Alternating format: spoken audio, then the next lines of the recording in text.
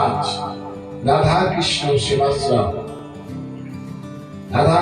সেবাশ্রমের পঞ্চম বৎসর পূর্তি দিবস। আজ থেকে 5 বৎসর পূর্বে আমি সামান্য কয়েকজন কুটিগত ভক্তকে সঙ্গে নিয়ে আমার সারাটি জীবনে কীর্তন করে আমি যে অর্থ এক জায়গায় করেছিলাম, সেই অর্থে সামান্য একটু জমি নিয়ে আমি রাধা কৃষ্ণ সেবাশ্রম প্রতিষ্ঠা করেছি। আজ আমাদের এই রাধা কৃষ্ণ সেবাশ্রমে বহু ভক্তের সমাগম হচ্ছে, সবাই হরি কথা শ্রবণ করছে, হরি বল করছে।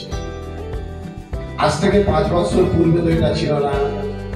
আজ থেকে 5 বছর পূর্বে হাতে গোনা কয়েকটা আমার ভক্ত ছিল, তাই না?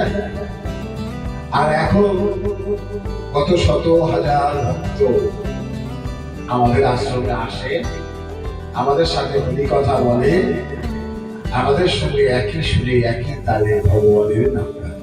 মনটা আনন্দে ভরে যায়।